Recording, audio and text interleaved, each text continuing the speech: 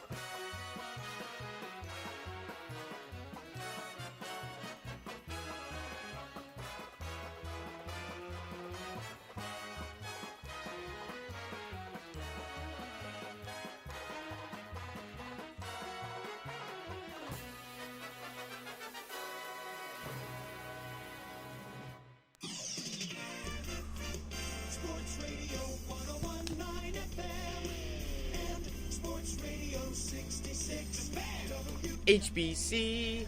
Well, it is a good evening to you, and how you be? William Haynes here, you there, here on this Monday night at 9:02 with 27 seconds to go right along with it. A nice, tight, and clean hour program tonight. We will be taking you up until 10 p.m.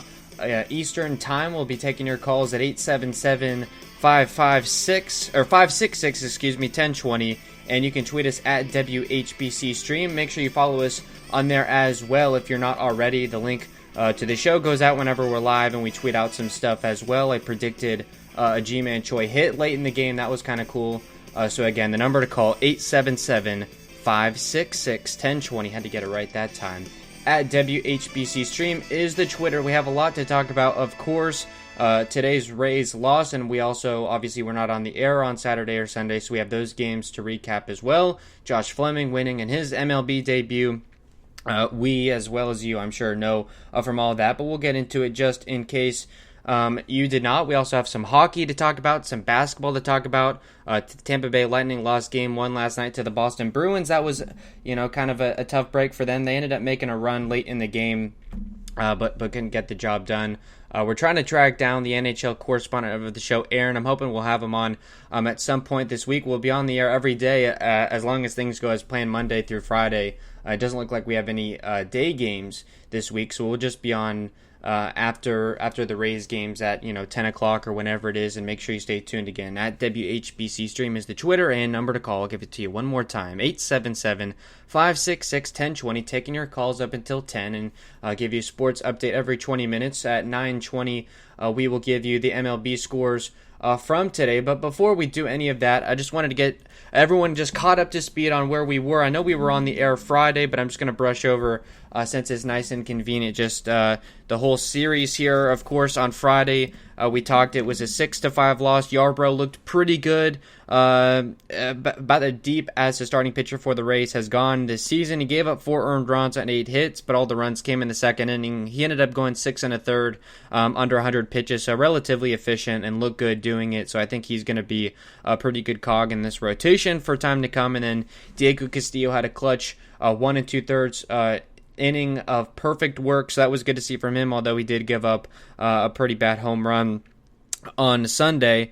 Loop was left to rot in extras. We were thinking maybe it was to preserve Nick Anderson for later in the series, but it was later revealed that he's going on the injured list with some forearm issues. But it looks like the prognosis was good as far as him being able to come back relatively soon. the Rays will certainly miss him. They now have, I believe, 9 pitchers on the injured list. I have the list here for you. It was Jose Alvarado with left shoulder inflammation. Nick Anderson, obviously, I told you, with the right forearm. Yanni Chirinos, Tommy John surgery. He's going to be out probably all of next year as well. Oliver Drake, who's been throwing bullpens down in Port Charlotte. Hopefully he'll be back soon, but he's out right now. Andrew Kittredge, Tommy John surgery for him as well. Brandon McKay with the left shoulder surgery. He'll be out. He may miss the start of next year. Charlie Morton, who hopefully is going to be coming back. The strange thing about that is we've been hearing he was going to maybe start this weekend, and he threw a 25-pitch bullpen today, which probably means, as far as I take it, he's probably still a week or so away. We'll have to wait and see on that. Colin Poche had Tommy John, so we knew about that before the season. And Chaz Rowe, who just went down with some right elbow soreness. Hopefully it's nothing more than that. Obviously we can't afford another Tommy John surgery. And I know this has been a big topic of conversation, but I just wanted to put it out there. I think Ron Darling put it best. He said it, I believe, on the MLB Network. Of course, the former New York Met pitcher, Oakland A pitcher later in his career. What he said, basically, the Rays are not the only team that has dealt with this kind of pitching injury issue. The Rays, 9 pitchers right now on the injured list. It's horrible how many pitchers are out right now. But I believe the number for arm injuries for pitchers around the league, and we're 30 games into the season, is, I believe, just around 100 for all teams. So that's certainly not good. Ron Darling was explaining it, and I mentioned this as well, but he put it much better than I did. Going into this weird season, there was about 4 weeks with summer camp if, everyone showed up as early on time. Some guys held out or kind of waited to see what they wanted to do and didn't get that full time anyway. Spring training in a usual season is about 6 weeks, and Ron Darling was describing how the pitchers get ready. Usually in a normal spring training, they get ramped up. Your first start, you go an inning, and then you maybe do that a couple more times, and then you go 2 innings, 3 innings, 4, so on and so forth. And he was saying about 4 weeks into spring training, pitchers hit what he called a dead arm period, where basically the next 2 weeks they kind of take it easy, they kind of get their stuff dialed in, mess with some new pitches if they want to think about rolling it out for the new season. And whatnot, as the Miami Heat are going to close out their series of 4-game sweep of the Indiana Pacers, and they'll advance. We also have the Islanders up 2-0 over the Flyers in the third period.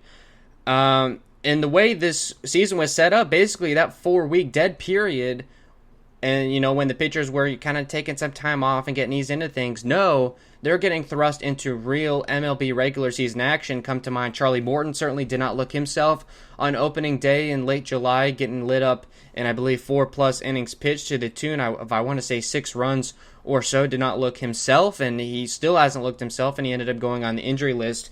Hopefully he'll be back soon, sooner than later, but it looks like he's still about a ways away.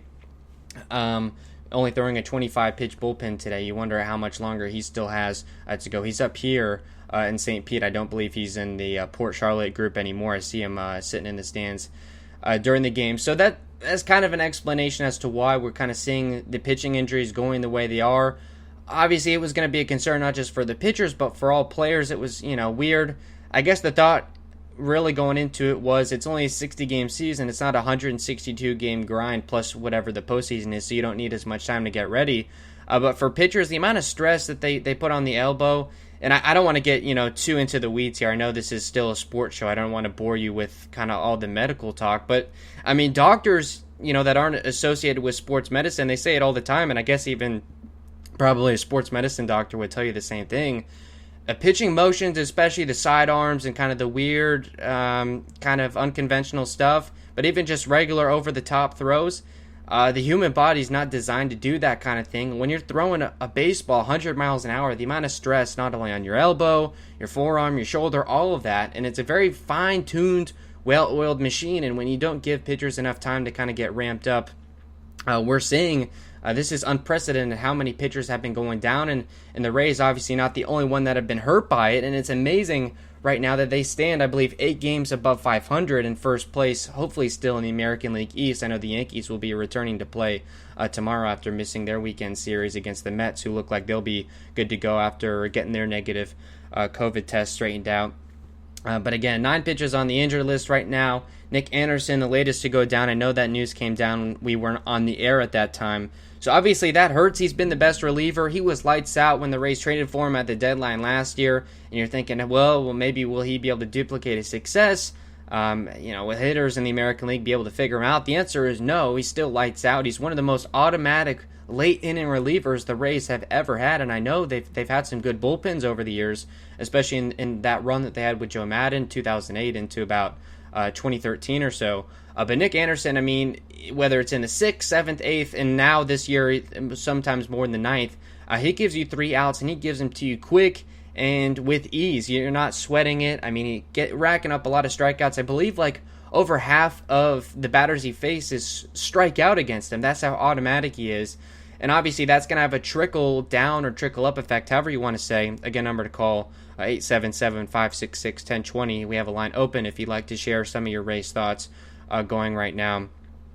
Because now I know the Rays don't have a fixed bullpen where you have a fixed closer and a couple setup men, a righty and a lefty, so on and so forth. They kind of just play with the cards they're dealt, and it's working this year, that kind of mindset. But essentially, you kind of slot up maybe Diego Castillo into that new Nick Anderson type role for at least the week or 10 days that Anderson will be out. But we saw Diego Castillo give up a 2-run homer that made it a 1-run game on Sunday, and that was certainly disconcerting. That was he had not given up a lot of runs before that. The only other one was a home run that was he caught a tough break on. It was a good pitch, but Gio Urshela turned it. This one that home run was certainly pitched from Castillo, and that's not how you want to see him react, kind of to be being put into a more high leverage role. John Curtis had a clutch save for sure, had an inning and 2/3 perfect. We'll tell you about that a little bit later on one of the weekend games. But they can't keep doing this forever. Hopefully Oliver Drake will come back. He's a guy that can get righties and lefties out, so with a 3-batter minimum, that will certainly help them a lot. And the good splitter, I think they've certainly missed him. Having Chaz Rowe out hurts.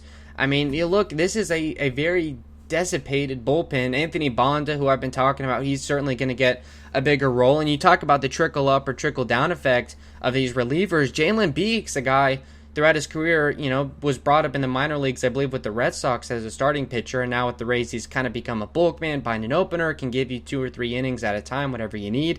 He has now been slotted in as a late inning, high leverage reliever. We saw him getting a clutch inning or 2 in New York and that series sweep against the Yankees. He's now kind of in there, so you see kind of how the Rays are reacting to this. Fairbanks, one of their higher prospects, he's looked good. I'd say he's reacted well. Edgar Garcia had his debut today, a guy that the Rays acquired from Philadelphia for essentially nothing, and you kind of see why. He walked 2 men. The fastball wasn't great. It doesn't have any movement. It's low 90s. The slider that we talked about, that's probably his better pitch. But he had a lot of takes on it as well. Aaron Loop, a guy that I'm no longer as big a fan of. Obviously, you can't just throw him out because you need him. He's 32 years old, kind of one of your veterans in the pen, but he hasn't looked that great a lefty that, I mean, really, to be honest, hasn't been good at getting righties or lefties out. Sleggers has come on pretty good, but I mean, going into this year where the Rays were expected to be a World Series contender, if I told you their bullpen, right now, their late inning relievers would be consisted of guys like Josh Fleming, John Curtis, Aaron Sleggers, Ryan Thompson, guys that you have never heard before, and they would be first place above the Yankees and 8 games above 500. I mean, it's really amazing how they're piecing this together. Obviously, the offense has picked up the slack where they did not early on in the season. And one thing also I'll note, with the starting pitchers, obviously they've caught some breaks as far as the injury goes on that. Obviously, Yanni Chirinos going down with the Tommy John, that's not good. It's hard to tell what was the result of that. Obviously, it's easy to point to the nature of the season and the 4-week startup instead of a 6-week spring training. We know, obviously, Charlie Morton was affected by that. He's admitted himself. I mean, on opening day, he admitted that he did not have his best stuff. He was not completely ready to make a regular season start, and it showed on the field. But other than that, I mean, they've been slow and been conservative in working up Blake Snell, Tyler Glasnow. I will say Ryan Yarbrough was pretty much ready out of the gun. I believe on the second day of the season, he went 5 or so innings. He was ready, and that certainly helped them a lot. But Kevin Cash, a guy, his whole tenure here has been good at protecting their starting pitching. in particular, the guys they pay the big bucks and the high prospects, and it makes sense. Starting pitching is extremely valuable. Obviously, the Rays have proved that you can shuffle the bullpen with relative success.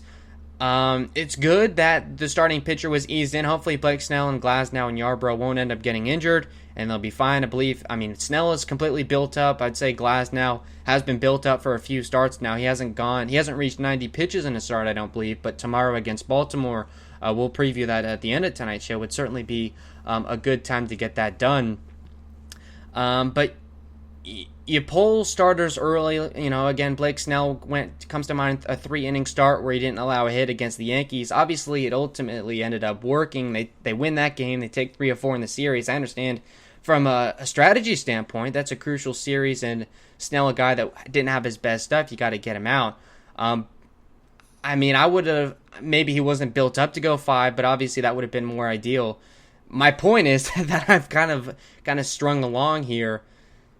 You save the starting pitching, but at what cost? You pull these guys early in ball games, and it's been a constant stress on this bullpen. I mean, guys like Chaz Rowe pitching these back-to-backs, he's in his 30s.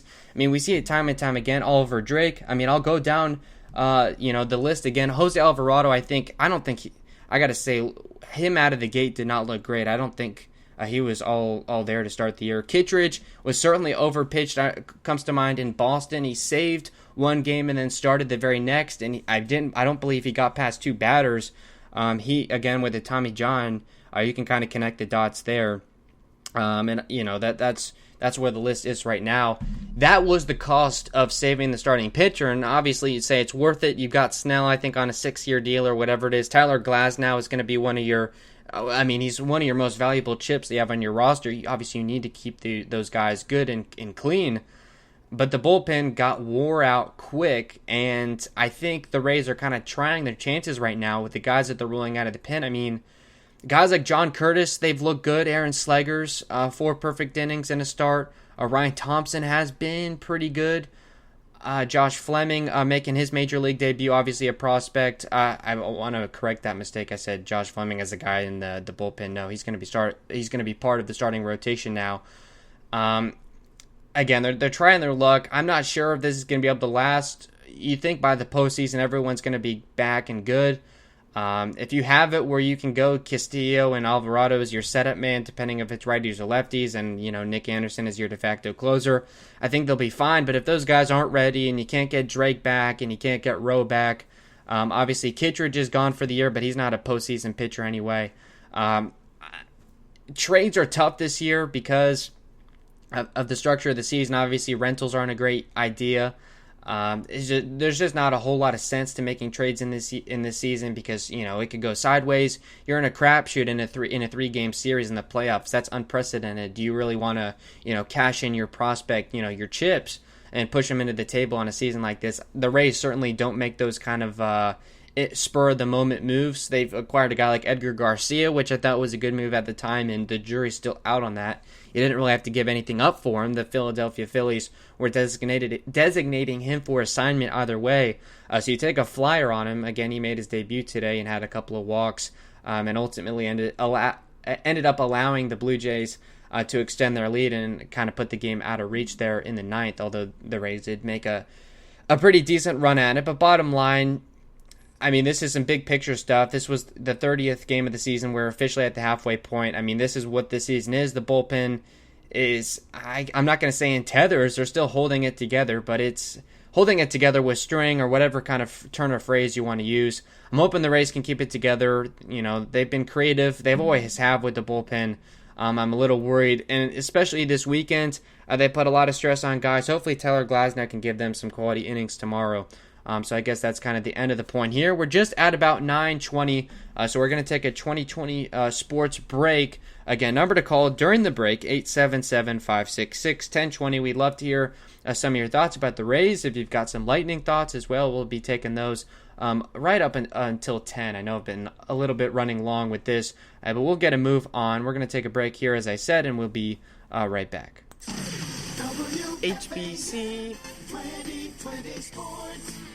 The only game that has gone final today in MLB action was, of course, the Blue Jays 6-4 over the Rays. Some games currently in action. Top of the 8th, it's the Marlins 10-5 over the Nationals. In the 6th, it's the Twins 3-1 over the Indians for battle for first place in the AL Central.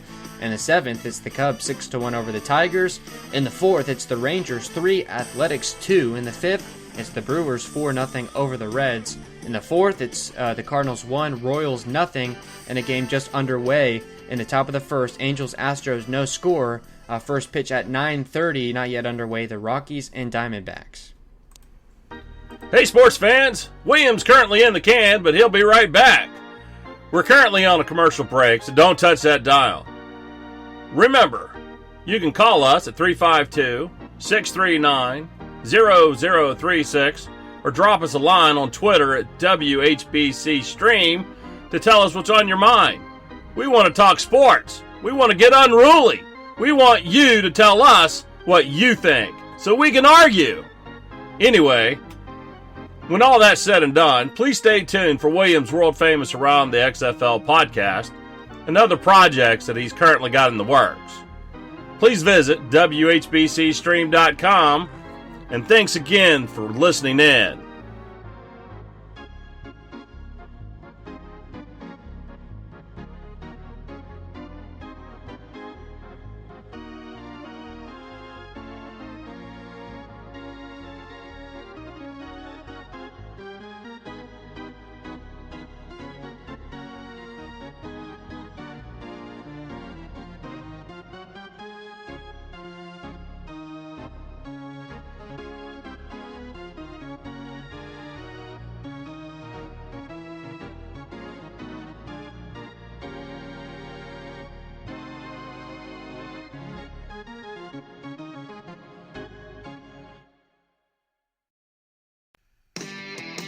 Sports Radio 101.9 FM. Sports Radio 66. Sports Radio HBC. And at 9:22, we are back on the William Haynes Show with you up until 10 o'clock. Number to call the show, 877-566-1020 at WHBC Stream is the Twitter, where I'll be more than happy to take your calls at any time. Again, number 877-566-1020. Where we left off, we were breaking down these weekend contests over the Blue Jays, just skimming over them quickly, and then we'll get into today's loss. When we left off, it was Friday, the 6-5 loss. We were just glossing over it. Yarbrough with a good start. Castillo, an inning and two-thirds perfect. Loop was left in too long, we thought maybe because Anderson was being saved, but it turned out he was not available, and he's since gone on the injured list with some forearm irritation, I guess is how they're calling it. The bottom of the lineup was terrible. Renfroe went 0 for 5 in that contest, including, I believe, leaving, I want to say, the tying run at third base. If I'm not mistaken, it was a weak grounder to end things. Yandy Diaz was on fire, as he has been, the last week or so. And then more good pinch hitting, pinch running moves. We talked, the Rays have used the most pinch hitting in the American League, and I believe to the most success. I believe pinch hitters, at least at that time, were batting about 360 or so and getting on base, I believe, just about 45% of the time. So Kevin Cash, as they've been saying on every kind of broadcast, whether the radio or the telecast on Fox Sports Sun, pretty much anyone talking about the Rays, they've been quick to say that Kevin Cash has been pushing the right buttons with his team, and it's evident with the moves that he makes in timely fashion. That came to fruition also in Saturday's 2-1 win that came in 10 innings. It was 1-1 in the 5th. Both teams scored that one run there, and then it was scoreless the rest of the way until the 10th inning. It was a walk-off. In the 10th, it was Gil Martin allowing that run in the 5th. He walked a runner in with the bases loaded. He has since been, I believe, designated for assignment or just straight out waived. I'm not sure. They've already claimed him off waivers once, so I'm not sure exactly how that's going to work. Obviously, I mean, right now, you can always, I guess, just pick him back up and option him to Port Charlotte, but to be honest, it doesn't seem like he's got a whole lot of future with this team. I know he spent some time with the Rays the last season or two, but not a great performance. Walked in a run, just wasn't pitching competitively. Thankful the Rays only gave up one run in 10 innings. That's pretty spectacular. The pitching obviously was fantastic. Slegers was, I guess, supposed to be an opener. I was previewing that game, and I was telling you it was going to be Slegers for an inning or two, maybe even 3, and then you get Bonda maybe for some bulk innings, and boy was I wrong on that. Bonda ended up pitching the 10th inning and got the win. It was Sleggers going 4 perfect innings to open the contest. No hits, no walks, 5 strikeouts, 58 pitches. That's what we were sold on Sleggers when he was brought up, that he was good to go 50 or 60 as maybe a guy that can give you 3 innings in the middle of a ball game. Instead, giving you 4 perfect out of the chute was impressive. I guess this is the new wave of the opener. Obviously, when you say the opener, what comes to mind is, Ryan Stanek mowing down the first 3 batters in the lineup. If you're playing the Angels, you get out Pujols and Mike Trout, and then you send up your guy like Yarbrough, as it was in 2018, that, you didn't want him to face the first time through, just kind of make it easy for him. Well, now it's more about the metrics of how a pitcher does a first time through the lineup versus the second and the third time through. And I think the new age of the opener for the Rays is a guy that can just get you through the opposing team's order a first time through. Now, that may only be an inning depending on how bad it goes. Or, in Slegger's case, obviously he went a little more than that, getting with the 12 outs in perfect fashion. So he got you through the lineup once and the top 3 batters a second time through, which certainly helped. And then it was Gil Martin right after that, who, of course, completely unraveled after that. But then it was, all right, all these guys. Thompson gives you a scoreless frame. Fairbanks a scoreless frame. Curtis a scoreless inning.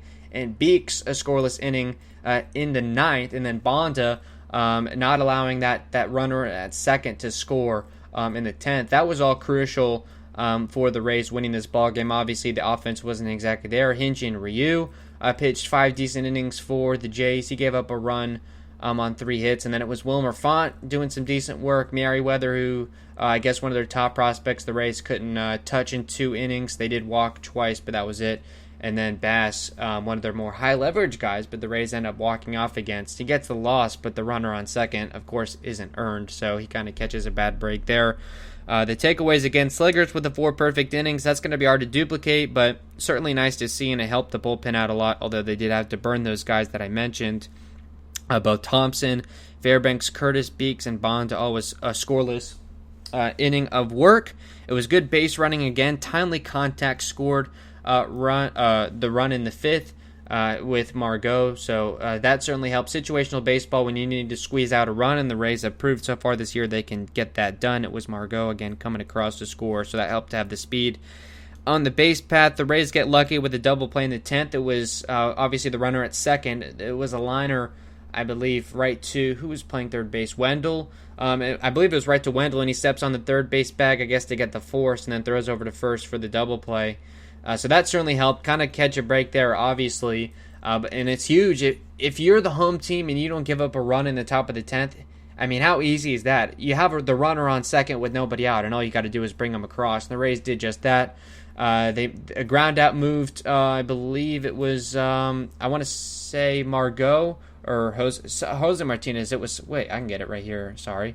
It was Margot coming across to score. It was a ground out, I believe, by Yoshi to move him over to third. They end up walking Choi with 1 out, which makes sense maybe to get the double play. And then it was Kevin Kiermaier pinch hitting. He had not, played all game, and then in the 10th inning, he pinch hits for the leadoff man, Brasso, obviously playing a little bit of righty-lefty with Anthony Bass. Brasso was 0 for 3 with a walk, 2 strikeouts. He's cool off a little bit, I'd say, but maybe a decent guy to have in the leadoff spot against lefties, especially with the way Austin Meadows has looked as of late. But that's, of course, a conversation maybe for 15 minutes or so down the line. And then Kevin Kiermaier, again, had not come in all game. Was thinking maybe he'd come in to pinch hit or pinch run in the 9th. Instead, he comes out in the 10th because Kevin Cash smartly was saving it for that matchup. He liked him against Bass. And he goes on, I believe the first pitch he sees, lines 1 to left and drives in Margot. The walk-off win, it was great. Something that's interesting, with the pinch hitting this year, I'm sure, Kevin Kiermaier might be the only one that's kind of doing that, but pinch hitting, they say is difficult because, you're just sitting on the bench kind of watching the game, and then you're just thrust into action and expected to get a timely hit, because that's usually when you do a pinch hit. But Kevin Kiermaier was saying in the postgame how, he doesn't like staying still in the dugout. We know, he's a great player making the diving plays in the outfield. So it makes sense that, he wants to go in the clubhouse, and it helps, I guess, that you're at home, that you might have some more accessibility to stuff. But to hit in the cage, in the clubhouse during the game, which kept him focused and lasered in, and then in the 10th. Lifted the Rays to a 2-1 win, so that certainly helped. And I believe it was at that point, or I believe it was Sunday's win that clinched the season series against the Blue Jays. And thankfully, these are two teams that will not have to face each other again in the regular season. To be honest, I think both teams are happy they don't have to see each other. The Rays won the season series, but the Blue Jays caused the Rays a lot of anguish in the process. Also, with 4 minutes left in the third, they have a power play, but they're down. It is the Flyers, the number 1 seed, down 4-0 to the Islanders in Game 1 of the one of the Eastern semifinals. And then here on the monitor, we have the Lakers jumping out to a 10-0 lead here with about 3 minutes into the contest. The Lakers lead that series 2-1, so it looks like Portland might have run out of gas there with Damian Lillard and company. Also, there was an interesting game between the Thunder and the Rockets, but we'll give you the NBA scores in about 10 minutes when we take another 2020 sports update. Again, number to call if you're tuned into the show right now, 877-566-1020. We'd love to hear from you. You have Rays thoughts, Lightning thoughts, and NBA, NHL. We're here taking all your sports calls. Again, 877-566-1020 is the number to call. And then now we move on to Sunday's 5-4 win. That was certainly a fun win. It kind of gets confusing recapping all these games, but it was against the same team, but it's all different scores. So you're trying to differentiate between them. But this was the Josh Fleming start again. This was something I talked to you guys about on Friday. Called up, I believe he only pitched 4 games in AAA. That's as high as he's gone. So this was his major league debut. Yesterday, fastball in the low 90s, but had good control, and we saw that to a relative extent. He walked a couple of men, but that was it. From scouts was described as an average changeup and slider. Gave up a lot of hits to lefties. I didn't notice that came to fruition as much, although maybe the stats prove he only gave up 4 hits and 5 innings of work. So ultimately, a really good start from him. 72 pitches was good too. For Fleming, which was a little strange to me, but ultimately the way the game shook out, I understand it. Fleming, Cash told us he'd be available, to go maybe 90 to 100 pitches, and he gets through 5 and is only throwing 72, and you think, okay, well, what's going to happen now?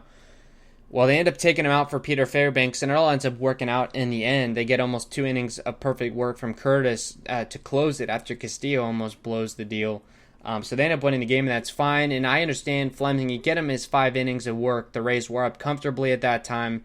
As you take him out, you do right by the kid to get him the win. I understand, that's not necessarily how the Rays work. That's kind of, teams stuck in the past, like the Yankees trying to get Cole up to 5 innings. Comes to mind a game against the Rays, but he just kept getting blown up. So Boone had to come out with his, tail between his legs with 4 and within the 4th inning with 2 outs to take out his prized possession, Cole. But it is nice. Obviously, the Rays do things in an unorthodox fashion, but there is still something to getting a guy, a win in his first major league start. He goes 5 innings, pitched 2 earned runs and 4 hits, walks 2, strikes out 3, gives up a home run. 72 pitches, 41 of which were for strikes. He faced 21 batters and threw a first pitch strike to only 10 of them. So if you want to nitpick, that's certainly something to call out on, but ultimately ended up working out okay. I believe the way it lined up with the outs that he got is he got through the lineup twice, I believe, and and then he got the top of the order. So they wanted to protect him a third time through, which makes sense. And the bullpen did its job. I would have liked to see Fleming go a little deeper to give the bullpen a rest, because ultimately I think that was one of the things that hurt the Rays. Today they had to go with guys like Edgar Garcia and then Loop again who blew it, and then Bonda gave you 2 innings of solid work, but ultimately not what you want. But I get it, Fleming. They don't want to push it. Get his feet wet. Cash said after the game that he's now going to be a part of the starting rotation, I believe, taking Chirinos' spot. So that works out right now. It's going to be a little weird to see how they're going to shake up the rotation. It's Glasnow starting tomorrow, and then it's an open slot on Wednesday. Obviously, you're not going to start Fleming there, so If Morton's not ready, which throwing the 25-pitch bullpen today, you assume probably not, but who knows, that may change. They're either going to go, I would assume Trevor Richards will be on full rest, or maybe you put him behind a guy like Sleggers to open, or Ryan Thompson to open, whatever the case is, or maybe John Curtis, I believe, who opened a game in the Bronx against the Yankees. And then that would put Fleming's next start, I guess, behind Yarbrough. That would be on Friday night in Miami against the Marlins. So that would work out. So it looks like maybe that's how it's going to shake out. It will be Fleming taking Chirinos' spot, I guess, in the order. And until Morton comes back, it'll be Trevor Richards, or some extent of Trevor Richards taking over until Morton can come back good to go. So hopefully, Glasnow give us some good innings tomorrow, and Yarbrough on Thursday, and maybe even with Richards on Wednesday, or even Morton, who knows. But if it's Morton's first start back, you're probably not going to get more than, I would say, probably 4 innings from him. So they're just going to have to play that as it comes to them. But takeaways from the Sunday win, obviously they scored 5 runs for Fleming, which was good. It was clutch hitting again, including Jose Martinez pinch hit. He's looked extraordinary in that role so far. He's been crushing lefties. Has really come on strong, and given the Rays what they wanted when they gave up Matthew Liberatore for him. He's now batting .254 in the season, but an on-base percentage of about .350. So he's coming into his own. I think a rough start, but he's a good presence in the clubhouse, and all that. I think it ended up being a good addition ultimately. They added on some crucial insurance runs. It was, I believe, 5-2, I want to say, or it was 2-1, the Rays lead, and then they ended up adding on some runs to make it 5-2. And then in the 8th against Diego Castillo, it was Lourdes Gurriel Jr. homering to left, and it scored Teoscar Hernandez to make it 5-4 Rays. And that was really, I think, the first time Castillo had an egg on his face. He had only given up one earned run so far this season. It was a home run allowed to Gio Urshela, but it was a good pitch. But this was the first time. That was a ball that, I don't know what it was, but it didn't have break. He kind of hung it over the plate. And Lourdes Gurriel Jr. made him pay. His ERA is now up to 2.53, but obviously he's going to be a guy, I guess, relied on to get some crucial outs. Again, a righty, just like Anderson in the back end of the bullpen. We'll see how that works. I think Castillo might have been a little taxed. The Rays have been using him a lot lately, despite not using him nearly at all to start the year. So I don't know kind of what's going on with that. Hopefully he'll be all right if they can give him a day off or so. And then it was John Curtis pitching an inning and 2/3 of perfect work to slam the door shut. He ends up getting his first save, his first major league save, I believe. Another interesting note, I know there's been tons of them this year. I believe 11 different starting pitchers used for the Rays, and 8 different pitchers on the Rays staff have recorded a save. So that's quite fascinating. Curtis, I believe, was a closer for his college team for the University of Texas, the Longhorns, and I believe in the minor leagues to an extent he did close some ball games. So he had some experience, but obviously to the extent that he did it, and only in 15 pitches, was pretty miraculous. So I think John Curtis is making his way up slowly into the heart of Kevin Cash, and obviously Jalen Beeks is another guy who didn't pitch obviously Sunday, but is now a new addition, if you want to call it, to the back end of the bullpen. So they have some things to work with, and it was some more good base running and situational baseball as far as tacking up and moving runners over. I believe an MLB Network did a segment on it, I believe with Ron Darling again. So the Rays getting some national attention, which is good. Obviously, they're well coached. They practice situational baseball as any good team would do. And it comes up clutch. Those runs ended up being the difference with the 2-run shot that was given up by Diego Castillo. So you gotta like what you see there. They end up edging it out and guarantee a split. Obviously, they don't win today, but you split, and this ended up as well clinching the season series against the Blue Jays. Not that matters too much. Obviously, it helps as far as standings. I mean, I think the tiebreaker would probably be, settled in a tiebreaker game. But, it's nice bragging rights. Now, the way the standings are out, the Yankees are actually a half game in front, although they haven't played at all this weekend. It's the Rays at 19 and 11. They're a half game back of the Yankees, who are 16 and 9. So that's bizarre, but it's the winning percentage, and that's how it's going to work this year. They'll be playing the Braves starting tomorrow, so we'll see maybe how that goes. Garrett Cole, I think, is going to be on the mound, but hopefully the Yankees have a little bit of rust. They had lost 3 straight, obviously, that sweep, so I think they were headed towards a slump. Maybe that having the weekend off will end up helping them. Who knows? The Blue Jays now are 14-13. I'm sure they'll still be vying for that wild card spot potentially, and then it's the Orioles behind at 14-14, and the Red Sox, who I think we can all agree are probably out of things at 9-20. It's now 9:40. It's time for another 2020 sports update. We'll give you the NBA scores, final 20 minutes of the program or so. When we come back, we're going to talk everything from today's Rays loss and preview tomorrow's contest. It'll be Glasnow on the mound against the Orioles. Number to call during the break, 877-566-1020 at WHBC Stream is the Twitter. HBC.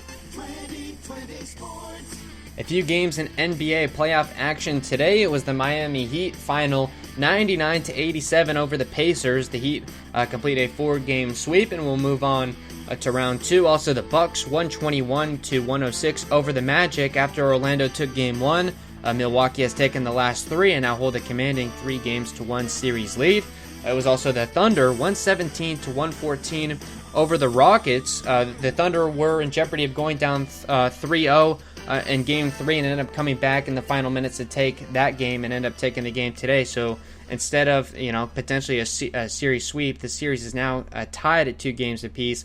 And now late in the first quarter, it is the Lakers 27-10 over the Portland Trailblazers. The Lakers hold a 2-1 series lead. Number to call during the break, 877-566-1020.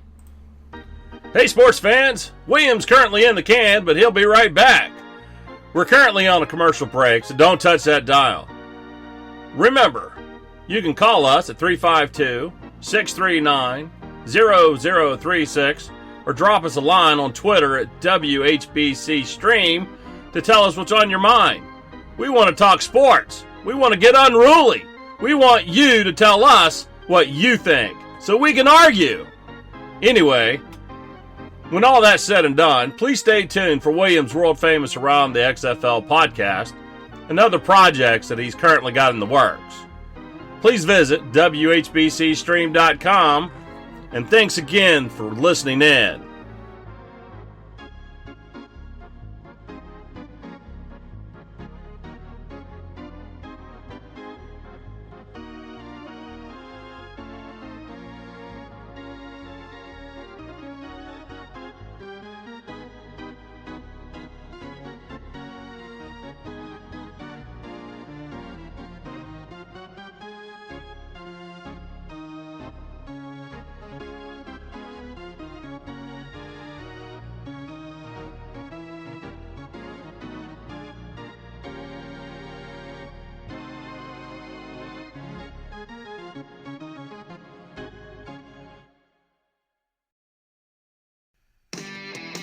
Sports Radio 101.9 FM. Sports Radio 66. Sports Radio HBC. And at 9:43, we are back on the William Haynes Show. Final 20 minutes of the program or so. We're going to talk about today's Rays loss, preview tomorrow's contest against the Orioles. Also of note, looks like the game has just gone final. The Islanders over the Flyers 4-0. So the Islanders in a commanding Game 1 win take a 1-0 series lead. It was Pageau, one of their stars, adding on a goal in the victory. So the Islanders, a team that I've been talking about, I don't want to have to see the Lightning face. It looks like they very well may end up making the Eastern Conference Finals, and I guess the question then becomes, will the Tampa Bay Lightning be invited to said series? Boston with a 1-0 series lead, but obviously it's too early to call on that. Boston looked really good in Game 1. Obviously, they won the President's Cup during the regular season. They're a complete team, I would say. Their goalie, their starting goalie is out, but of course they play good defense. Even their forwards are some of the better defenders in the league. And they had a good strategy in Game 1. I think the Lightning maybe will make some adjustments and be able to come back strong in Game 2. We'll have to see. I know the Lightning were a little bit worn out with a couple of overtime contests, including a 5-overtime game in Game 1 against the Blue Jackets. they had some rest in between, so I'm not sure if that was a cause for anything, but they did come on strong late in the contest. And that hopefully will be a sign of good things to come. I believe Game 2 will be tomorrow. Might even be while we're on the air. So we'll be talking about that again. Again, I'll give you the phone number one more time. Final 15 minutes of the program. The number to call is 877-566-1020 at WHBC Stream. Is the Twitter if you want to contact us on there as well. But of course, I know I guess kind of the whole purpose of the show, but I pushed it off until now, of course. That's how radio works, obviously, if you're not familiar. I'm just kidding, of course. The Blue Jays 6-4 over the Rays, guaranteed a series split. The Blue Jays advanced to 14-13. The Rays dropped to 19-11 and lose first place in the AL East, even though the Yankees have had the week off. Again, the Yankees will be back tomorrow against the Braves. They were supposed to play the Mets over the weekend, but the Mets had some positive COVID tests, so they were out as well. The Mets will be in action tomorrow, a doubleheader against the Marlins to finish up, I guess, their season series or however it's going to line up. So that's the COVID update for the MLB right now. An interesting contest today was Blake Snell almost going sixth. He kind of faltered off towards the end against Tanner Roark, who the Rays got 3 runs against, but maybe left a little bit on the bone. They left 8 men on base, and they went 1 for 12 with runners in scoring position, and that's ultimately the story there. But we've got some more takeaways as well. We'll do inning by inning breakdown, and then we'll kind of take it from there. In the top of the first inning, it was a 27-pitch inning for Snell. He had 2 on with 1 out, but didn't allow any runs to come across, so ultimately that's a plus, but it hurts with the way the bullpen is right now, especially, as far as how deep he can go into the ball game. It was kind of impressive. He was almost able to go 6, but couldn't quite finish the job. In the bottom of the first, Brandon Lau walked, and then Yandy grounds into a double play. That's notable because it ended his streak of 10 consecutive plate appearances that ended in him reaching base. I believe that tied Choi's run that he had, I believe, I must have been in 2019. It could have been in 2018. I'm not sure.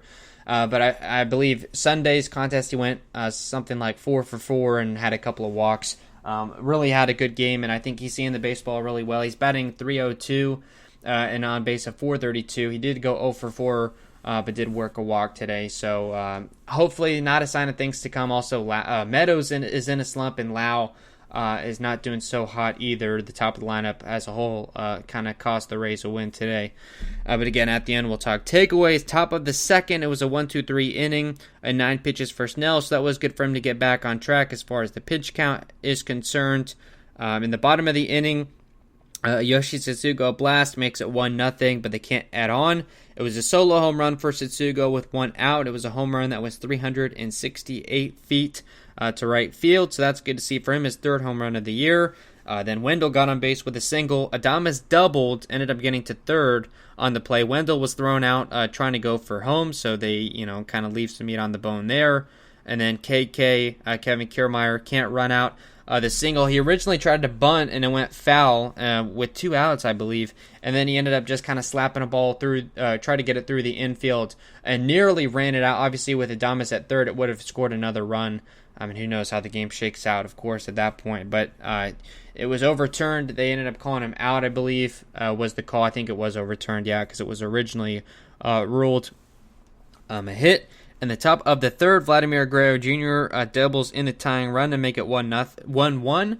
It was Biggio getting on base with a single that came across to score.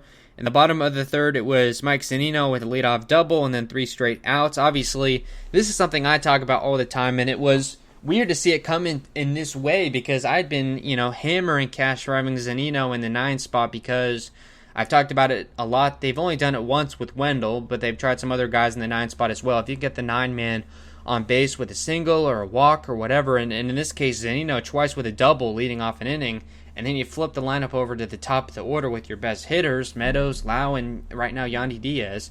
That's a good that's a great opportunity to add a run, but the Rays leave Zunino stranded there with the leadoff double, which is a shame. He's batting 136, so when he gets hits, you try to take advantage of him, and he goes 3 for 2 today. Obviously, that's not a typical Mike Zunino game. He was seeing the baseball pretty well today, so you have to kind of wait and see from him. Ultimately, in the top of the fourth, Blake Snell strikes out the side, so he was really getting hot there. At that point, he had retired 6 straight batters. In the bottom of the fourth, Adames sends one out to make it 3-1. Yoshi gets on via a walk and ends up getting to second base, so you think maybe you just knock him in to take a 1-run lead. But no, Willie Adames, 345-foot homer to right, clanged off the right field foul pole. It was kind of a cool moment with Dave Wills on the radio broadcast shouting "clang" as his home run call. That made it 3-1 Rays, and I believe Adames' third home run or so of the year. He had a pretty good series. I like where he's at right now. I like him kind of in towards the bottom of the order, kind of in the heart of it. He goes 2 for 4 today. Also scores a run. Obviously, that was on the homer, and knocks in 2. His average snapped to 295, and his on-base percentage is 386. So, I mean, as far as numbers go, that's great. And you think it's Yandy Diaz, but actually the numbers, the most pitches seen per plate appearances so far for the Rays has been Willie Adames. So, a guy, I mean, ever since he came up to the big leagues, in 2018, his thing was always taking easy strikes that, could have been blasted out. He's not a guy that will go down chasing, although you can, catch him with an occasional slider if it's good. He takes a lot of pitches, obviously. It's been working out kind of with Yandy Diaz. Yandy kind of explained it's because his swing isn't great, so it's easier to just take pitches. So you would think, guys would just pitch to him more. He went 0 for 4 today, did Yandy. Adames, as I said, goes 2 for 4. So you like how he's playing right now. I believe did have a throwing error at shortstop and later in the game, which wasn't great, but he did have an A++ play as well. In the top of the fifth, it was Blake Snell with a 16-pitch, 1-2-3 inning that put him out up to 89 pitches. At that point, he had retired 7 straight batters. So the question was, they were saying on the radio broadcast, if he had ended that 5th inning with 90 or more pitches, you probably don't bring him out to start another inning, just because, there's no way probably that he can finish it if he's on target for 100 pitches or so. You think he's probably fully stretched out, but you don't want to see him going 110 or anything after his last start. I believe he went 85 or so. So they were trying to get him, kind of as deep into the game as they could, but with reason. He ends up throwing 101 pitches today. So he was looking hot at that point, but 89 pitches, the question was, do they or do they not bring him back out for the 6th, which they ultimately do end up doing. In the bottom of the 5th inning, it was Big Z, Mike Zunino, with another lead-off double. So he's on second, nobody out, of course. Meadows strikes out, Brendan Lau lines out, Yandy works a walk, and Choi flew out to end the inning. So it's another time that the top of the order failed the Rays with the runner in scoring position. And, it didn't seem too big a deal at the time. Snell was rolling, and you had a 3-1 lead. But ultimately, those 2 runs and a 2-run loss ended up proving to be the difference. In the top of the 6th, Snell gets an up with 89 pitches. As I said, they allow him to start another inning, and he was 1 strike away from getting 6 innings clean. At that point, at his best, when he had gotten to 5 2/3, he had retired 9 straight, so he looks unbeatable. As I don't know why I can't say his name, Gurriel Jr., Lourdes Gurriel Jr. I keep getting confused because his brother Yuli, that plays for the Astros. Lourdes Gurriel Jr. Snell had him at an 0-2 count. He ends up hitting a home run to left. It was a solo shot, so it cut the Rays' lead in half. At that point, it was just 3-2 Rays, and at that point, obviously, the Rays make a move to the bullpen. They take Snell out and put Thompson in. Snell's line finishes at 5 2/3, gives up 2 earned runs on 4 hits, walks a man, so that was good to see from him. Strikes out 9. Obviously, that solo home run to Gurriel Jr. 101 pitches, 66 of which were for strikes, and 22 batters he faced, 13 of which he threw first pitch strike. So that was not bad to see. His ERA is now up, I guess you would say, to 3.04. A no decision for him today. Almost gives you 6 scoreless, I believe, because I guess he was on the hook maybe. Or no, did he gave up a run in the third. So yeah. So he's on the hook for 2 runs, no decision again, as I said. Thompson comes in and gives up an infield single to Teoscar Hernandez, and then it was an A++ play. Travis Shaw on a ground ball. It was picked up by Adames. It was a diving backhanded play, and then I believe from his knees, or he pops up quick and throws it to Choi. A really good play from a shortstop from Adames.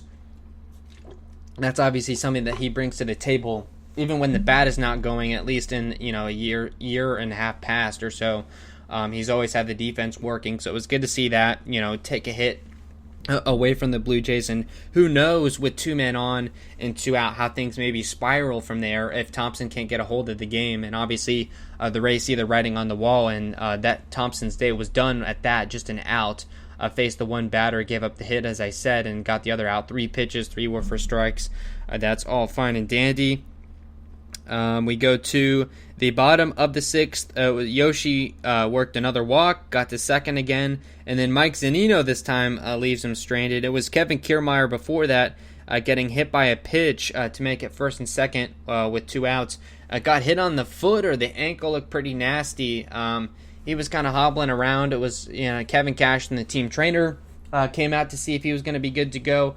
I believe he stayed on the bases, but to start the next inning, it was Manny Margot to play center field. He ends up going 1 for 1 as a late game substitution, but it looks like the X-rays were negative on any kind of bone issue, so hopefully he'll be good to go. You would assume he'll get the day off tomorrow. We'll talk about kind of how the lineup will look when we get to it. So that was kind of a scary thing to see, but it looks like maybe he'll be all right. Maybe give him a day off or 2. And now we head to the top of the 7th. Edgar Garcia makes his debut, and Aaron Luke blows it again. Edgar Garcia made his debut for the Rays. I believe he was in the bullpen yesterday, but the Rays obviously hadn't pitched in about a week or so, coming over from the Phillies, so they kind of wanted to see what they had in him. He threw a post-game bullpen session, and I guess looked good enough to come into today's game. Obviously, the Rays are short on arms, so you can't be too picky. He comes into the game with a run lead. When I was kind of starting to just ponder about how I would kind of preview tomorrow's game, I was thinking maybe you have Garcia to come out as the first pitcher after the starter Glasnow, kind of in the most low leverage situation possible. But no, they put him in the 7th with a 1-run lead. But then you look a little closer, and it's to face the 7, 8, 9 hitters. So you kind of see the logic in that. The catcher, Jansen, Joe Panik, who has not been a great hitter at any time in his career. He went 0 for 4 today. He's batting 163.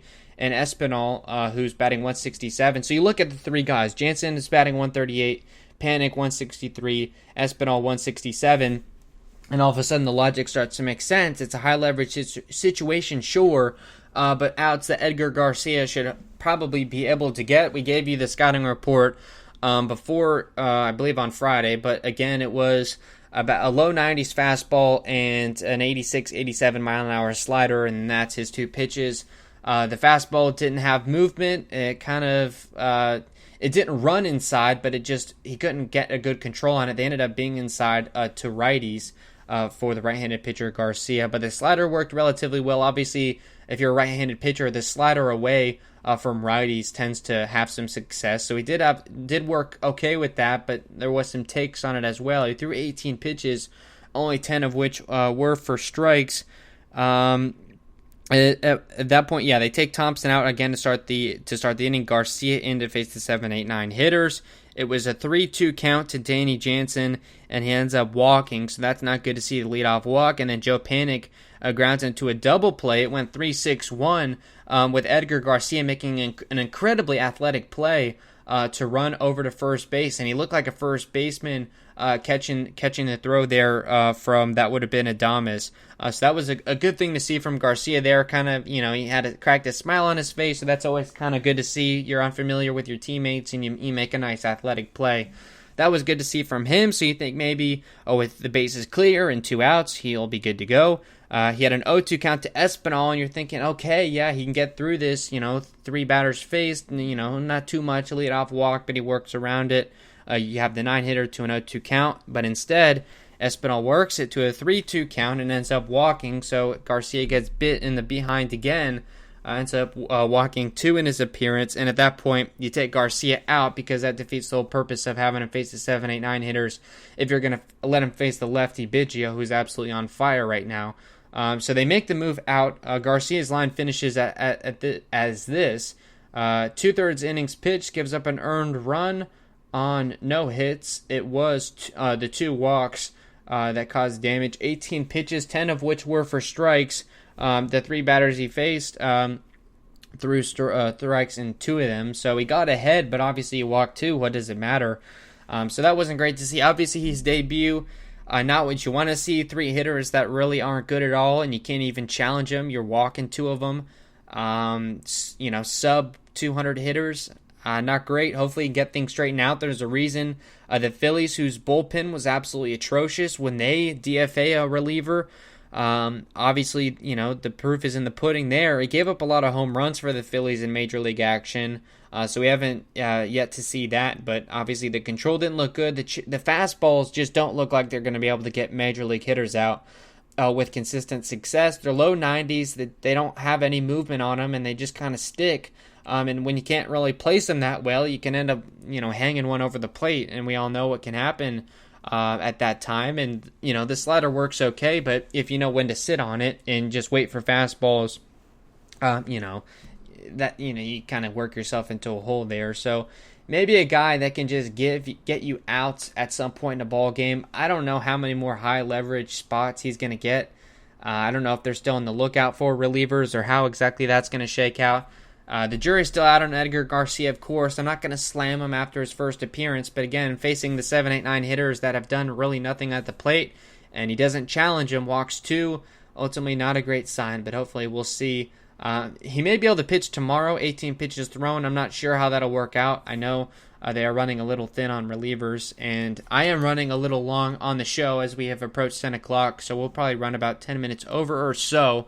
Number to call the show if you're tuned in. You want to maybe express some of your thoughts you have going with the Rays right now. Maybe some unhappiness with today's loss. I understand. 877-566-1020 while we're still on the air at WHBC Stream is the Twitter as well. So Garcia comes out with a man on first and 2 outs. Aaron Loop comes in. It makes sense. You want the lefty Loop to face the lefty Biggio. That all makes sense. That's fine and great. They make the move, and then Biggio reaches on catcher's interference, and sticks the glove out a little too far, and the bat of Biggio on kind of an emergency swing to, I believe, foul a 2-strike pitch away, nicks the glove again of Zunino. So of course he takes first base. So it's men at first and second with 2 outs, and then Grichuk, a 3-run homer that ultimately ended up taking the lead and putting the game away.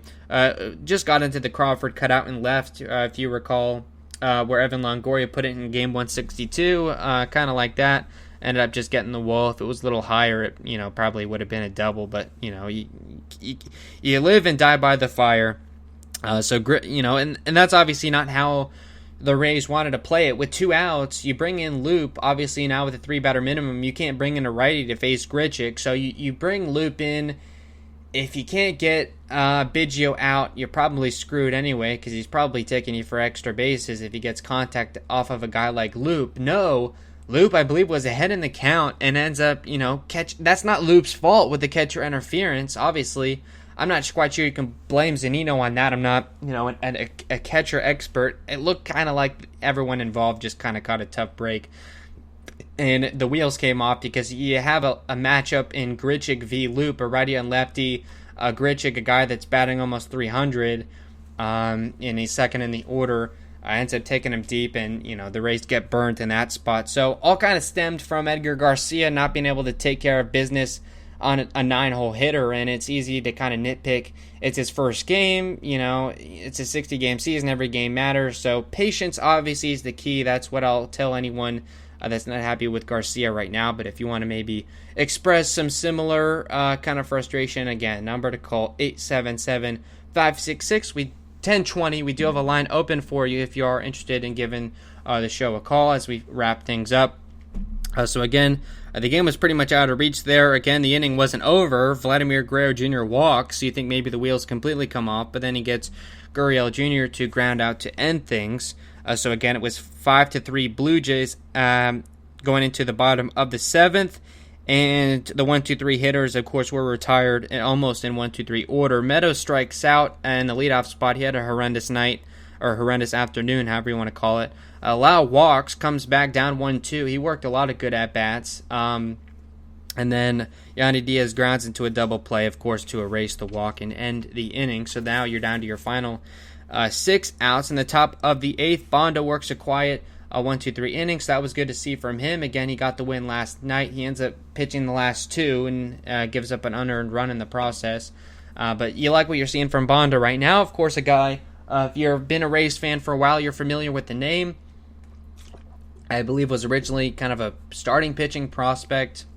But, maybe we'll see him play behind an opener or whatever. But, with the needs in the back end of the bullpen, Bonda has kind of been slotted into that spot as of right now and ended up working okay. Obviously, Loop comes out. His line finishes. He records just an out, gives up an earned run on a hit. Obviously, the three-run homer to Grichuk and walks him in.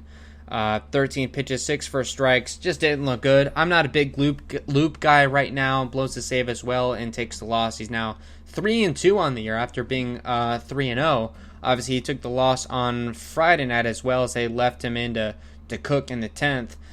And that may just be, the Rays don't do that a lot. They're big on putting guys in positions where they can succeed, and they do just that. Obviously, Biggio, no one's going to tell you he's an easy hitter to face. He's in the leadoff spot, and, for a reason. But it's the lefty on lefty with 2 outs. It's not a super high leverage situation. You just get the out and move on. You catch a tough break, and then you got to face Grichuk, and then the whole thing comes unraveled from there. So I guess Loop is easy to make him the scapegoat. His pitches aren't challenging hitters right now. A lefty he hasn't been effective in getting lefties out either. I don't have the stat in front of me. Maybe I'll dig that up for tomorrow's show. He just hasn't been good at getting people out. Period. 32 years old. He's a veteran. I've been calling him a crafty lefty. I'm not sure I can keep using that nomenclature. Just kind of a grizzled veteran at this point, perhaps. We'll see. Hopefully he can get things turned around. It's good at least that he's healthy and gives him a left-handed option out of the pen. I can't argue with that. So hopefully he gets things turned around. But obviously Loop stock, as I say sometimes, not at an all-time high. We'll just put it that way. Bottom of the 8th, the Rays cut the lead in half to make it 5-4. The right-handed pitcher, Dolis, comes in to face 3 lefties. I believe he has about 5 innings or so of work and has yet to allow a run, I believe, against the Rays. Something like that. I was looking up the stats. But the righty comes in to face 3 lefties, which is a bit curious. Ji-Man Choi, and just a note, of course I have to plug, for whatever reason, just Ji-Man Choi always comes up in the clutch, and whenever he's great at getting a rally started. He was 0 for 3, I believe, going into that at-bat.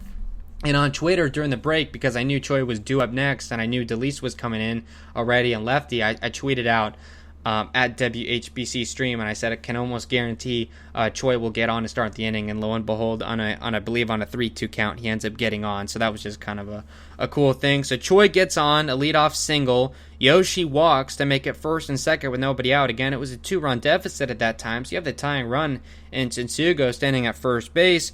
Wendell hits a double play ball, but he ends up reaching safely. It was a throwing error that gets Choi home. It goes, I guess, over the glove of the first baseman. I believe it was Vladimir Guerrero Jr. playing first base today. Obviously not a great fielder. So it should have been a double play, plain and simple, but Toronto can't capitalize. Choi ends up coming home, and it makes it a 1-run game. And then, of course, it's Willie Damas grounding into a double play, fittingly to end things. So I guess maybe, DeLeese, a good ground ball guy, ends up getting 2 double play balls, and they end up cashing one in with Adames, but it does cost them a run. It's 5-4. Think maybe the Rays, down to their final 3 outs, can make a run, but no. Top of the 9th, the Blue Jays get an insurance run and make it 6-4. Espinal gets second base on an E6 with 1 out, so that's just my note. I'll tell you basically in I guess better way to put it. It was a ground ball to short, and it was a weird play. Not a great throw from Adames. It went high. Ji-Man Choi, if he jumped or even, just got off the bag, could have got it. And that's what they're saying on the broadcast, is as a first baseman, that's your number one priority, is just make sure the ball does not get past you. It's not the end of the world if this guy gets to first base, but you got to be a bit of a backstop if the throw is bad. But Choi, and it works out. We see that all the time where standing on the tippy toes, standing on the bag, ends up getting the out and makes the highlights and all that, and it's a plus play. Great. Instead, clips his glove, and instead of just rolling, still in play, it goes into the dugout. And if you're not familiar with that rule, if it goes into the dugout on a throwing error or however it gets there, unless it's a foul ball, of course, all the runners advance 2 bases. So the way that works, it's Espinal standing at second base with 1 out to get things started. I believe that can't be right. That must be, I don't know. My notes say it's Espinal, so I'll just go with that. And then it was Biggio getting an RBI double to bring in the runner from second. So, of course, that makes it 6-4. And then they leave Biggio stranded on second base. So they can't add on to the lead that they had already created. But with the Rays down to their final 3 outs, it was a Toronto 6-4 lead. We go to the bottom of the inning. John Romano, who has already recorded a save, his first of the year on Friday night. He gets his second save of the weekend. It was Margot getting a leadoff infield single. Good to see him run it out. He gets on base. So you think maybe he can steal? Well, it doesn't really matter because it's a 2-run game, but maybe he can do some damage. Obviously, they pinch hit Jose Martinez. That makes sense. It was for Mike Zunino, so obviously you do that. Let's see, Romano, is he a lefty? I just want to check. No, he's a righty. So it's a righty on righty, not Martinez's best cup of tea, but obviously you prefer to see Jose over Zunino in that spot with a man on. Obviously, he represents the tying run, and he reaches base via fielder's choice. So he runs out of double play, which was good to see. Obviously, he's not the fastest guy in the world, but obviously that would have been bad if he had grounded into a double play. Ends up saving it on the fielder's choice. Meadows in a full count works a walk to make it first and second with 1 out. So finally, Meadows does something right in the game for once. And then Brandon Lau, who represents the winning run. This is obviously Brandon Lau. I mean, he's a young kid. He's still coming up, still kind of working through some things, I guess. He's in the top 3 discussion in the American League for the MVP award. I mean, he's come through for the Rays time and time again. And obviously, you're not going to cash in every single time. But it was disappointing to see him strike out on 3 pitches. Just was, simply put, was not a competitive at-bat. He has the righty on lefty advantage on Romano as well, but just can't make anything of it. So he's good for out number 2, and then Yandy grounds out to end the inning. So again, the Blue Jays 6-4 win. As I put a wrap on this thing, if you want to call in with some Rays thoughts, 877-566-1020 is that number to call. We would love nothing more than to take your call here. But if not, I will charge forward. Basically, the main takeaways on this game, it was 2 things. The bullpen failed them, of course, as it did. Edgar Garcia didn't do his job, and then you cause someone to come in and clean it up, and Loop catches a bad break and has to face a guy that, without this rule, Loop would not have been facing Grichuk, simply put, but because of the 3-batter minimum, you have to, and that's the risk that you take. And bringing on Loop, you have faith in Loop, ultimately, which is good to get Biggio out, and he reaches base on the catcher's interference, and then the whole thing comes unraveled. Ultimately, that stink goes to Garcia because he can't do his job, but I don't want to hammer him too hard. It was his Rays debut. Hopefully he can get things turned around, but his stuff doesn't look great. Again, a low 90s fastball that doesn't have run. He can't control it very well either. An 87-mile-an-hour slider, which was probably the pitch that the Rays saw in him that they wanted to acquire. Got a few swing and misses, but a fair amount of takes as well. Just simply put, wasn't really fooling Blue Jays hitters. I'm sure that's a fairly easy scouting report on a guy like that. Take fastballs all day. I'm because of the control, if you can get one to hit, definitely hit it because it's an easy pitch to hit for major league hitters, and then just sit on the sliders. So that he walks a couple of men that he shouldn't, and that causes Loop to do what he does. But if you want to look at the offensive side, which is completely relevant, you look to the top of the order. Obviously, we said Zunino, he goes 3 for 2 in the 9-hole with 2 doubles, and they both led off an inning. And you're telling me with Meadows, Lau, and Diaz, they can't bring them home. They fail in that drill twice. Meadows goes 0 for 4 with 2 strikeouts. Obviously works that walk in the 9th, which you like to see against a guy like Romano. Brandon Lau goes 0 for 3. He does walk twice, so he did ultimately work some good at-bats. So his batting eye is still going. The bat just has gone a little bit cold. He's batting .304 on base, just under 400, so he's still doing his thing. And then you have Yandy Diaz, 0 for 4, works a walk. So his average is .302. His on base is .432. You want to talk about someone in the top of the order that is in a slump. It is Meadows at .229 and an on base percentage of .300. Obviously, he was not able to go through the summer camp training and kind of get, lasered in as a major league hitter should, facing, major league quality pitching because of the COVID, and he had to work out on his own. He came back, I believe, a few weeks ago that week That was a big deal for the Rays coming off the 0-5 road trip, the 2-game set against Boston at home, and then that 4-game series against the Yankees, where the Rays take 3 of those 4. And Meadows had looked really good in that series, and kind of a somewhat heroic performance because it picked the team up as a whole. And the way he plays in the leadoff spot, taking pitches, I've talked about that time and time again. It's invaluable to a lineup. And that I believe that helped the team top to bottom. And his defense has improved. That's something that I worked on in the offseason, and that has been undebatable, that defense that he's provided. But the offense has gone cold. I don't know what's going on. Obviously, you have to keep him in the leadoff spot because that's who Austin Meadows is, at least against right-handed hitters. If you want to get Brasso back into the mix, I know he's had a couple days off, I believe. If you want to get him into the mix to lead off against a lefty, that's fine. I'm not sure if the Rays will see one anytime soon. They have Tommy Milone tomorrow. I believe that's a left-hander, and it is. So if they want to go Brasso in the leadoff spot and play first base, that's fine. Maybe have Martinez DH and kind of go from there. That's fine, and I guess we'll kind of segue into that as I've kind of wrapped kind of my takeaways on that game. What failed the Rays, the bullpen that's extremely taxed. You have to go to a guy like Garcia. He doesn't do his job. Loop catches a bad break and can't do his job. Cost you the game. Top of the order, can't drive in runs. Meadows is slumping, and then Brandon Lau and Diaz have a couple of offers. So that's not what you want either. Guys in the middle of the order of doing their things. Setsugo hit a home run. Wendell got hit. Adames 2 hits, including the home run. So, and then Margot is continuing to play pretty well. So you like the middle of the order, what they're doing. I'm not sure where Hunter Renfroe fits into this mix. He has not looked good at the plate as of late. That's kind of the scouting report on him is, the success from Renfroe will come in kind of in streaks, and that's what we've seen. To an extent, he'll hit 2 home runs in a game and maybe give you 1 the next day, and then go a week and a half without giving you anything, and that's kind of been the Hunter Renfroe experience to an extent this year, although he has done pretty good defensively, at least as of late. I know he had a couple of tough breaks early in the season. We look ahead to tomorrow's contest. It is a 3-game series at home against the Orioles. They won't see them again until late September, which, you have 7 games against the Orioles in the next 30, so hopefully you can take advantage of that. It'll be Tommy Milone v. Tyler Glasnow. Milone, kind of a soft-tossing lefty. He had relative success against the Rays. Of course, I don't want to remind you, but I am, I guess, obliged to, talking about the Rays, about that 0-5 road trip that was the first of the year, that you dropped 2 in Atlanta. But then it was really the inexcusable, the weekend series, where you dropped 3 in Baltimore.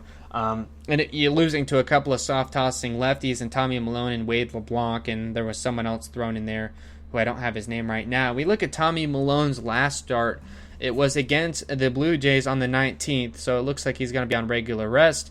6 innings pitched, 3 earned runs on 7 hits, gives up 2 homers, doesn't walk anybody, and he has not, since his first start on, I believe, opening day, July 24th, where he had 3 walks in his start against the Red Sox, in his last 4 starts, the man has not walked a batter.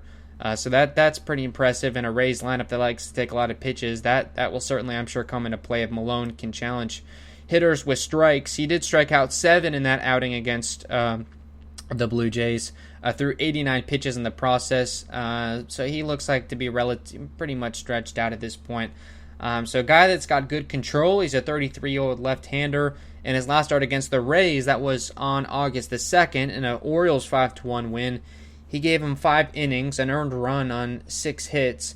Gave up a home run. I believe that was probably a solo shot to Brandon Lau. No walks, obviously, 8 strikeouts, and only 83 pitches. So I'm not sure it's going to be a similar performance. I think the Rays offense is at a completely different place than it was on August 2nd. And you think maybe seeing him a second time this season can kind of help along with that as well. We'll kind of see. I'm hoping against a left-hander, obviously they're going to stack the righties as they've been doing. Outfield from left to right, I would be inclined maybe. Obviously it's going to be, I would go Meadows in left, Margot in center, and Hunter Renfroe in right.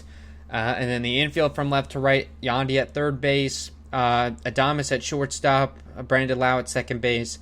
I would go Mike Brasso at first and probably have him lead off against the lefty to see if he's still doing what he's doing. And then obviously Zunino to probably catch. And again, the starting pitcher will be Tyler Glasnow. and then, kind of structure that lineup however they choose, giving you kind of the numbers on Glass now as of late. Also, Malone, his season stats, he's 1-3 with a 4.13 ERA. Tyler Glasnow in the season, he is 0-1 with a ERA of 6, right on the nail. And his starts this year, we'll see his last start, and I talked about this after that game on Wednesday during that series sweep against the Yanks in the Bronx. On Wednesday the 19th, in a 4-2 win over the Yankees, he gave him 5 2/3, gave up 2 earned runs on 2 hits, gave up a home run, walked 3, struck out 8 in only 88 pitches. So that's relatively efficient, also including he allowed 5 or 6 men to reach base if you include the home run. But everyone was saying that was kind of the turning point. He's got his stuff working. That was his longest outing of the year. In his last start against the Orioles on August the 1st, that was a 5-4 loss in 11. So that was the where they walked off of Chaz Rowe.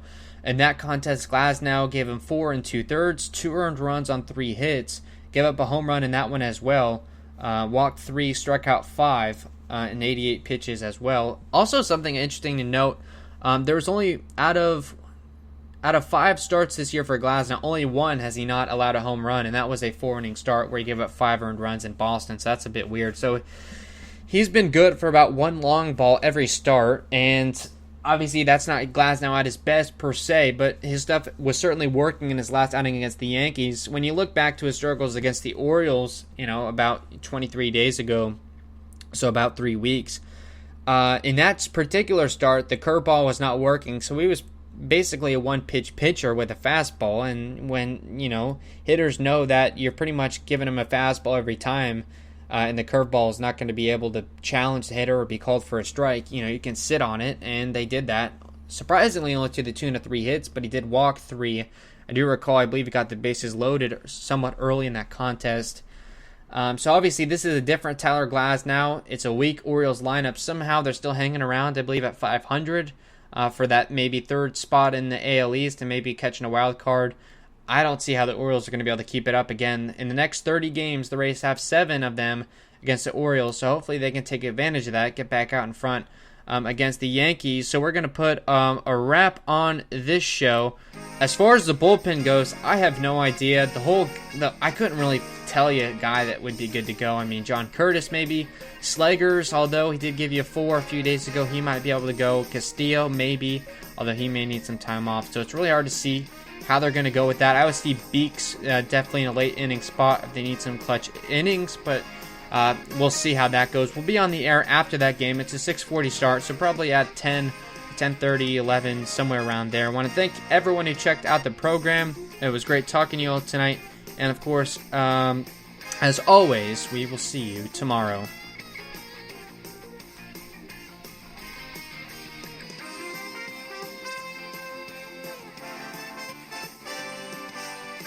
Sports Radio 101.9 FM and Sports Radio 66.